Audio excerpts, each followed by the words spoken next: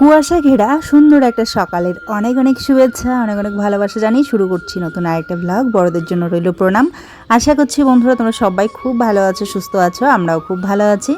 অনেক দিন যাবতই ভাবছি রান্নাঘরটা একটু পরিষ্কার করব, গুছিয়ে নেব।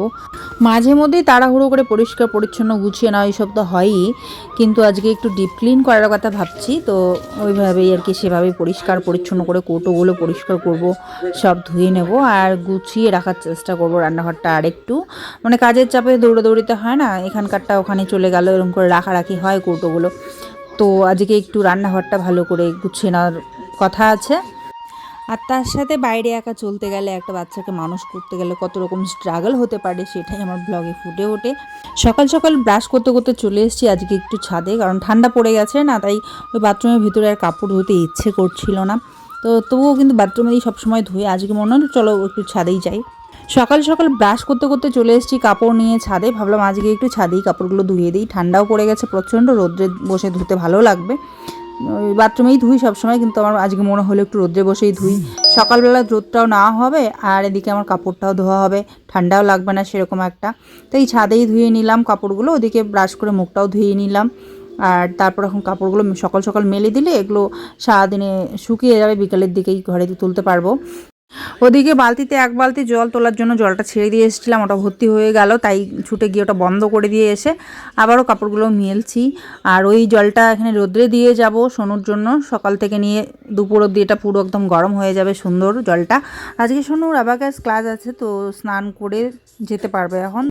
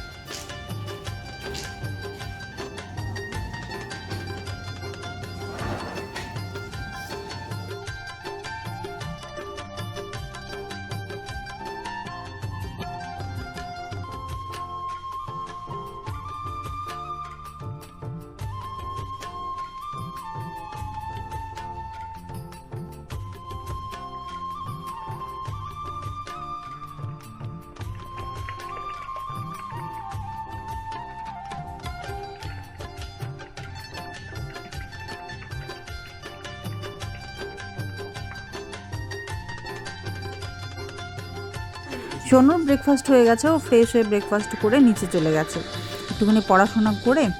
আর এদিকে নিচে একজন দিদি এসছে নতুন, ওই দিদির ছেলে সোনুর বয়সী আর কি। তো ওর সাথে এত বন্ধুত্ব হয়ে গেছে, সকালে উঠেই দৌড়, আবার মানে যখনই চান্স পাবে গিয়ে খেলবে।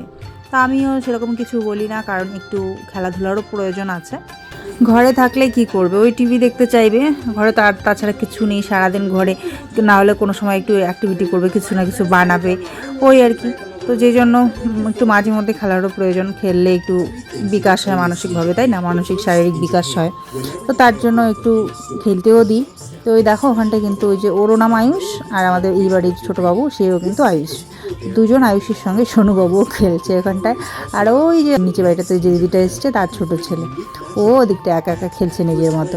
সবাই মিলে খুব মজা করে এখানটায় ব্যাডমিন্টন খেলছে। তো চলো আমি আমার কাজ শুরু করে দিই। সমস্ত কাজকর্ম গুছিয়ে রান্নাবান্না করে আমরা কটা খেয়ে বেরিয়ে পড়েছি, ছেলেকে দিলাম ক্লাসে দিয়ে। আমি এদিকটায় এখন এই তো যাচ্ছি ফেরার পথে, মানে ভাগ্যটা এত ভালো যে এই অবধি পৌঁছতে পেরেছি, যেখানে পাম্প করা হয় আর কি, হাওয়া দেওয়া হয়। এখানে এসে হাওয়াটা দিলাম, মানে বাইকের তেলও শেষ হাওয়াও শেষ, এরকম অবস্থা। এই যে সমস্যায় পড়লাম, গাড়িতে হয়ে গেল তেল শেষ, সোনুকে দিলাম আমার কাছে, দিয়েই এসে শুধু হাওয়াটা করলাম।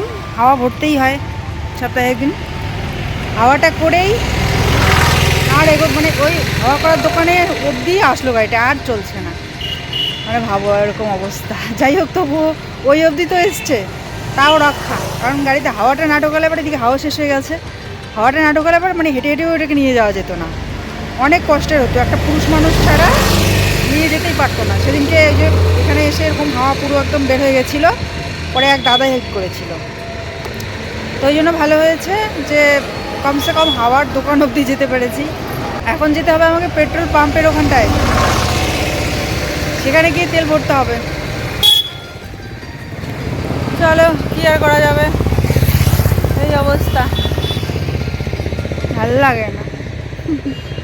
কি যে জ্বালা বাইরে একা চলতে গেলে না, এইভাবে যখন ফেস করতে হয় তখন বোঝা যায়। চলো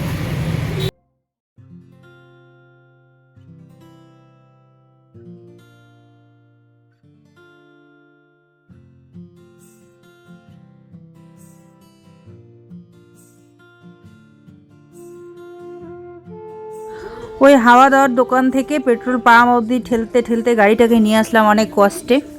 তারপর এই তো দাঁড়িয়ে আছি এখানটায়, ভিড় হয়েছে 2-3টে গাড়ি, ওদের দেওয়া হলো, তারপর আমার দেওয়া হলো। তারপর আমার পার্স খুলে দেখি যে আমার মানে পার্সে বেশি টাকাও ছিল না, এরকম অবস্থা। টেনে টুনে হয়তো 100 বা 100-র কাছাকাছি যাবে এরকম। আসলে কি বলো তো, আমার পার্সে সবসময় আমি কিছু টাকা কিন্তু রেখে দিই, কোনো দরকারে লাগে যদি, কোনো বিপদে লাগে যদি, সে হিসেবে রাখি। কিন্তু সেদিনকে যোগা ক্লাস দিয়ে ওদিকে সোজা চলে গেছিলাম বাজারে একটু মাছ নেওয়ার জন্য। তো মাছ নিয়ে ওদিকে কিছু সবজি বাজারও করে নিয়েছি। তো আবার এক দিদি ছিল, বললো আমাকে একটুখানি দাও, আমি একটু একটা সবজি নেই, ওকে দিলাম। তো ওই করে তারপরে না ওই আমার মানে যে টাকাটা আমি এক্সট্রা রাখি বিপদ আপদের জন্য, একটা এমন সাইডে রাখি যে এটা নেই, ওটা যেন কোনো বিপদেই লাগে। আর যদি বাজার করতে যাই তো এক্সট্রা নেই, সেই টাকাটা খরচ করে ফেলেছি আর আমার মনেই ছিল না। ওই জন্য আমার ওইটুকুই টাকা ছিল। ধরুন কী করি, সোনুর বাবাকে ফোন করে বললাম যে লাস্ট আর কি কতটুকু টাকা দিয়ে হচ্ছে পেট্রোল ভরানো যায়। তো বললো যে 50 টাকা দিয়েও ভরা যাবে, তুমি যাও গিয়ে বলো 50 টাকার দাও, দিয়ে দেবে।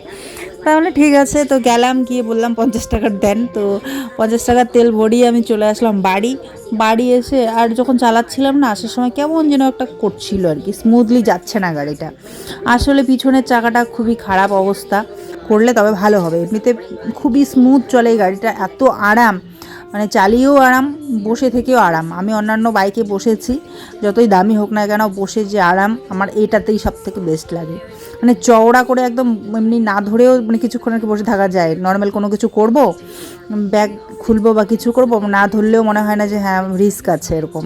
কিন্তু ধরা অবশ্যই সবসময়ের জন্য ধরা ভালো, কিন্তু একটু ধরো 1-2 সেকেন্ডের জন্য করলাম, না ধরলাম, তাহলে কিছু মনে হয় না আর কি, এত চওড়া সিটটা বসার জন্য।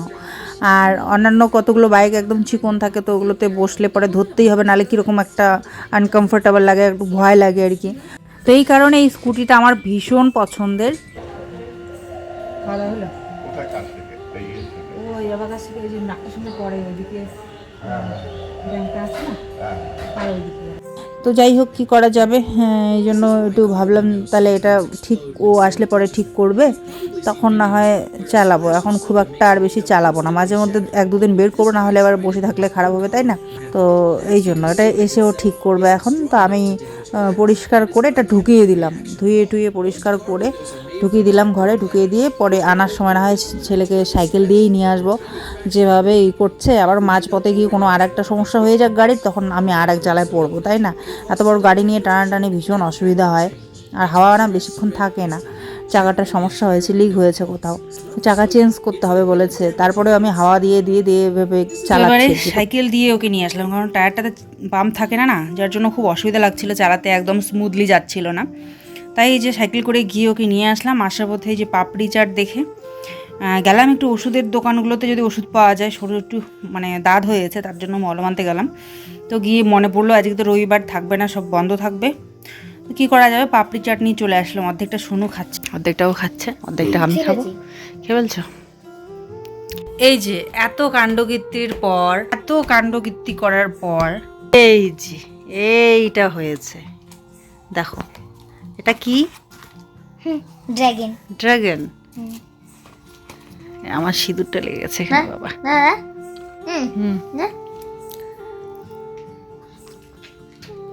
মুখ খুলেছে। এদিকটা প্লেন আছে, ওদিকটা কখন আর একটু দেখো 1 2 3 4 4টে চোখ। দেখি ওদিকটা, সুন্দর হয়েছে। জিপটা দেখো, এই যে জিপ। আর এটা ওর কি? এটা শিং। এটা কি? এটা কেমন চোখ বানাচ্ছে? কেমন চোখ? এই যে না ওরকম, এই যে হাসতেছে।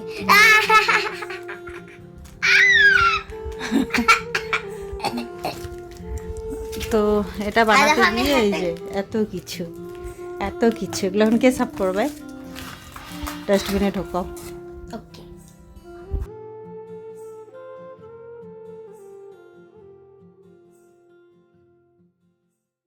ওকে, ওইসব ডাস্টবিনে ঢোকাতে বলে চলে আসলাম আমি রান্নাঘরে। এখানটায় এই যে এগুলো দিয়ে কিচেন টাওয়ালগুলো ওখানে সাজিয়ে রাখলাম, আর একটা গামছাও রেখেছি যেটাতে আমি হাত টাত মুছি, বা অনেক সময় হয় না যে গামলাটা একটু মুছে মুড়ি নেব, তো গামলাটা মোছার জন্য একটু পরিষ্কার গামছা লাগে, তো তার জন্য এই গামছাটা আমি রেখেছি।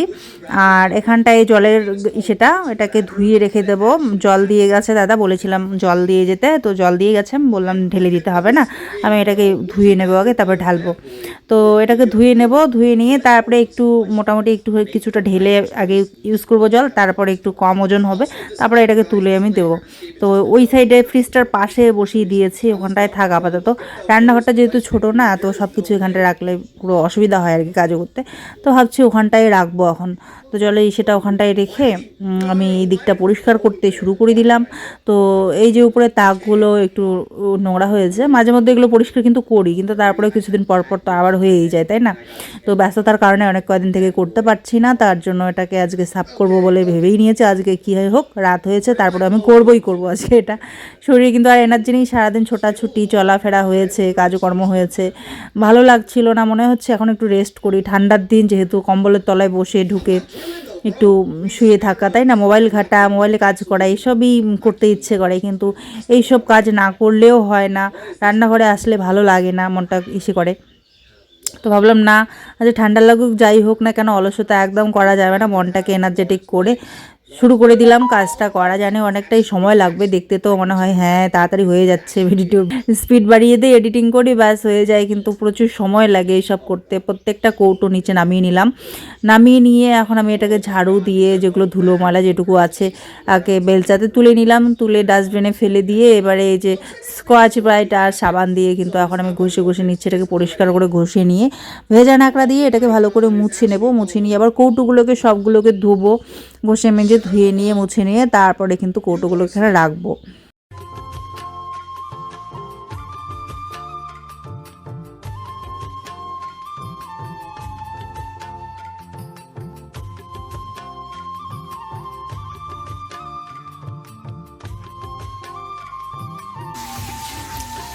উপরে দুটো হয়ে গেছে, দেখো কি সুন্দর চকচক চকচক করছে না? দেখো উপরে দুটো হয়ে গেছে, পুরো সাইডগুলোও পরিষ্কার, এটাও পরিষ্কার হয়ে গেছে, এইটা বাকি, এটাও ঘষে নেওয়া হয়ে গেছে কমপ্লিট।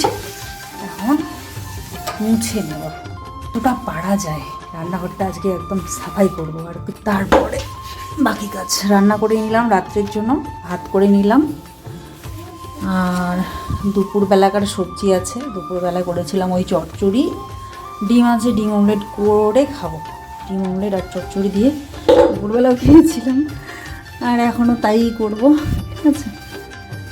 দেখা যাক কালকে কিছু একটা মাছ ভালো মাংস কি আনা যায় কালকে, আজকে এই দিয়ে খাবো, খেয়ে এই কাজটাই কমপ্লিট করি আজকে, এটাই ফোকাস আজকে।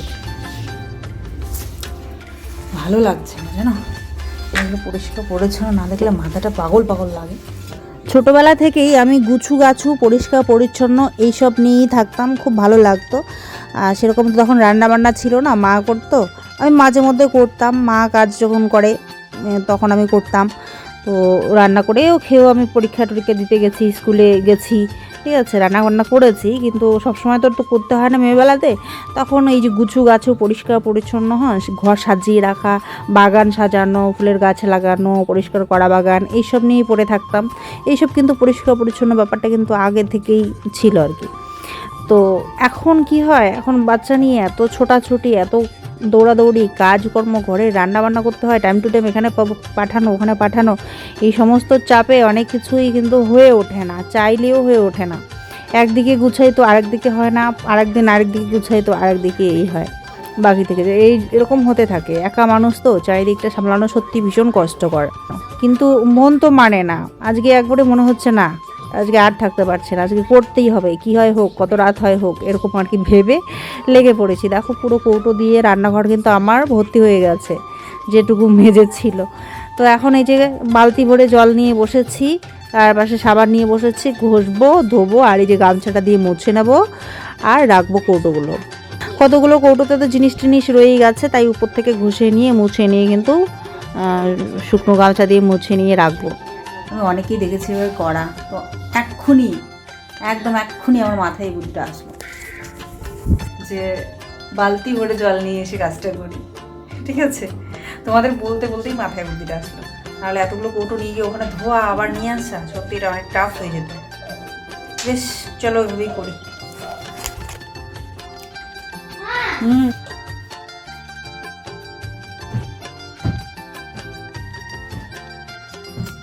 সব সময় কি করি বলো তো, ওই যে টি টেবিলটা আছে আমার বেসিনের সামনে, ওখানে সব কৌটো নিয়ে গিয়ে জড়ো করি, তারপরে এক এক করে ধুই, সাবান দিয়ে ঘষে ঘষে বেসিনে ধুয়ে নিয়ে আসি সবগুলো, আবার উপর করে রেখে শুকাই, তারপরে হচ্ছে কৌটোগুলো আবার সুন্দর করে সাজিয়ে রাখি। তো সেটা আরও বেশি সময় সাপেক্ষ। তো আমি কিছু মানুষকে দেখেছি ভিডিওতে, ইউটিউব ভিডিওতেই দেখেছি, এভাবে বালতি ভরে জল নেয়, নিয়ে হচ্ছে ওই ওখানে সাবান টাবান নিয়ে বসে ঘষে আর হচ্ছে ধুয়ে বা মুছে নিয়ে রেখে দেয়। তো এভাবে তো সত্যি ইজি হয়ে যায়। তো সেই কথাটা বসে বসে ফট করে আমার মনে পড়লো, আর তখনই আইডিয়াটা আসলো, আর ভাবলাম না তাহলে এটাই করি, সেটাই বলছিলাম তোমাদেরকে। আর ওদিকে দেখো ওটা নিয়েই তো বসেছি ঠিকই, কিন্তু তারপরেও কেন জানি না আমার এদিক সেদিক করতে করতে এই রুমে কেন জানি আসলাম, আসার পর আমার মাথায় উঠে গেল না আমি এই দিকটাও গুছিয়ে নিই আগে, নাহলে ভাল লাগছে না, শান্তি লাগছে না। আজকে এই যে সকাল থেকে মনে করো সকালে রান্না বান্না করে খেয়ে দিয়ে আবার ঘরের কাজ করে ওই যা করার আর কি করে তারপরে গেছিলাম অ্যাবাকাসে, ওখান থেকে এসে একটুখানি কিছু করতে না করতে আবার গিয়ে নিয়ে আসতে হয়। তো এই রাস্তাটা যাওয়া আসা করতেও সময় লাগে, তাই না? তো যাই, আবার ওদিকে বাজারের দিকে গেছিলাম, ওখান থেকে আসলাম। তো তার জন্য একটু মানে ঘরটা তো একবার গুছালে ওরকমই থাকে না, আমার ছেলে আছে ঘরে, একটা ছোট বাচ্চা, তো এদিক সেদিক খেলে, সোফায় উঠে এদিকে ওদিকে করে, ওই যে যেটা বানিয়েছে হাতে ওটা নিয়ে খেলতে খেলতে দেখবে যে সোফার উপর দিয়ে যাচ্ছে বসে বসে হেঁটে হেঁটে, তো ওগুলো গুটিয়ে যায়। তাই আবার এটা মানে অগোছালো দেখলেও মাথাটা ভালো লাগছে না, পাগল পাগল লাগে আমার ঘর এরকম থাকলে পরে। তাই কিন্তু আর একটু গুছিয়ে নিলাম, এদিকটা পরিষ্কার হয়ে গেছে, এখন দেখতে বেশ শান্তি লাগছে। মেঝেটাও ঝাড়ু দিয়ে নিলাম, ম্যাটটাতে একটু ধুলোবালি থাকে, একটু চুল টুল থাকলে আটকে যায়, খুবই অসুবিধা। এই ম্যাটগুলো না ভ্যাকুয়াম ক্লিনার ছাড়া খুব কষ্ট এটাকে পরিষ্কার করা। তো যাই হোক, তবুও আমি কিন্তু ওই একটা ঝাড়ু নিয়েছি, ওই নারকেল ঝাড়ু আর কি, যেটা কিন্তু দিয়ে এটাকে সাফ করি। তো ওটা সাফ করে নিলাম, নিয়ে পুরো ঘরটা ঝাড়ু দিয়ে পরিষ্কার করে নিয়েছি। এখন মাথাটা ভালো লাগছে, ফ্রেশ লাগছে। আর এদিকে আমার তাকগুলোও পরিষ্কার হয়ে গেছে, শুধু কৌটোগুলো এখন পরিষ্কার করে ঢোকানো বাকি, তো এটুকু এখন বসে বসে করে নেবো, ব্যাস। এখন অনেকটা মাথাটা ভালো লাগছে আর কি, শান্তি লাগছে। যতক্ষণ না পরিষ্কার পরিচ্ছন্ন আর গুছু কমপ্লিট না হয় ততক্ষণ আমার মাথা যেন পাগল পাগল হয়ে থাকে। এই জলের ইসেটা এখানটায় রাখলাম, রাত্রে খাবার দাবারগুলো টেবিলে রেখেছি, তাই টেবিলটা একটু ওই সাইডটা ভরা ভরা লাগছে, আর নাহলে কিন্তু রান্নাঘরেই থাকে খাবার দাবার। আর ডাইনিং টেবিলটাও পরিষ্কার করে মুছে নিলাম। তো চলো এবারে এই কাজটা করে নিই কমপ্লিট, তারপরে দেখাবো আজকে আমার ছোট্ট কিচেনটা কীরকম করে সাজিয়ে তুলি।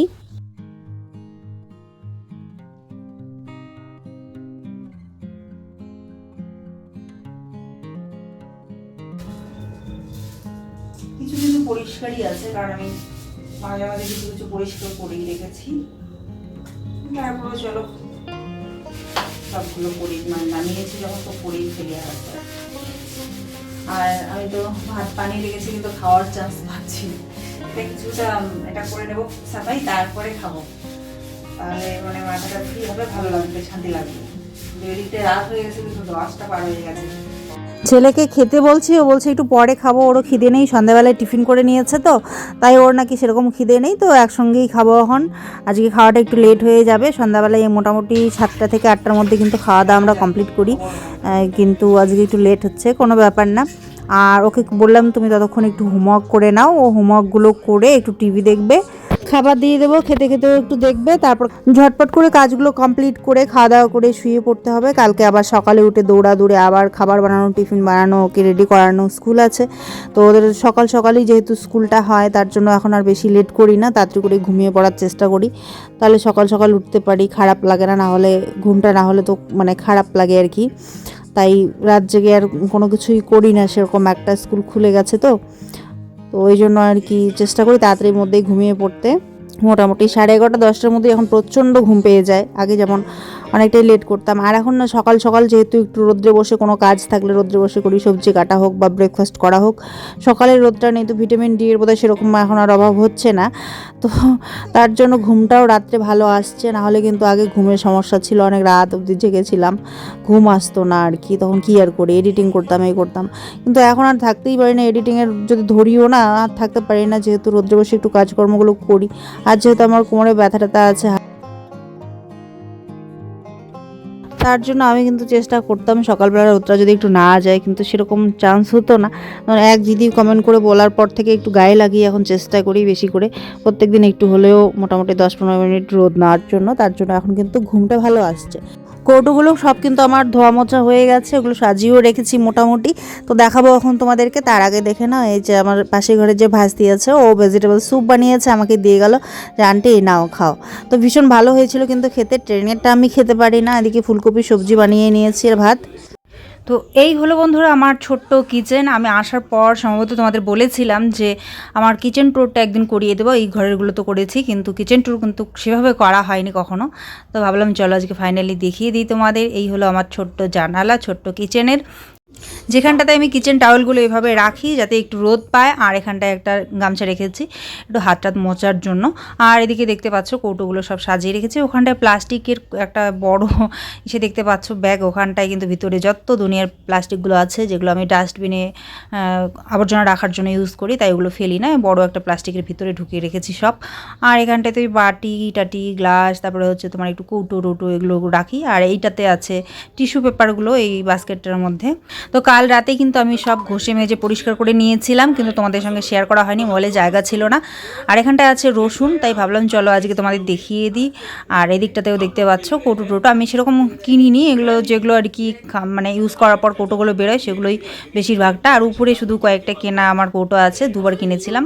বড়গুলো 3টা ছিল, আর তারপর আরও 3টা মতো 2 সেট কিনেছি আর কি। পরবর্তীতে এগুলো তো প্লাস্টিকের নর্মাল, পরবর্তীতে ভালো ভালো কিনবো। ওই চীনামাটির ইস্যুগুলো আমার খুব ভালো লাগে, ওগুলো পরে কিনবো। কিচেন আগে, ভালো কিচেনটা আমাদের হোক আগে, তাই না? এখনই নিলে ভেঙেই যাবে হয়তো। মাটির জিনিস আর কাচের জিনিস একদম থাকতে চায় না, ভেঙে যায়, তো সেই জন্য আর কি। আর এই ম্যাটটাও কিনেছিল, ভীষণ ভালো, এটা একদম সফট, ইউজ করতে খুব ভালো লাগে।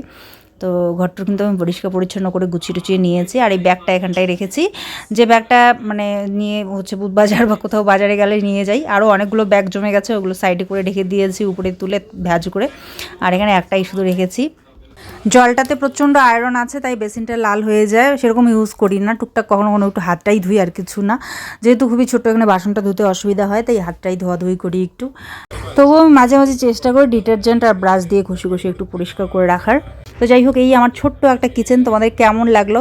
ছোট্ট হলেও কিন্তু নিজের মনের মতো করে আমি সাজিয়ে রাখার চেষ্টা করি গুছিয়ে। যদি তোমাদের ভালো লাগে অবশ্যই কিন্তু লাইক শেয়ার সাবস্ক্রাইব করে আমাদের পাশে থেকে বন্ধুরা। আজকে আসছি, সবাই খুব ভালো থাকবে, সুস্থ থাকবে, দেখা হবে পরবর্তী একটা দারুণ ব্লগের সঙ্গে। Thanks for watching, tata.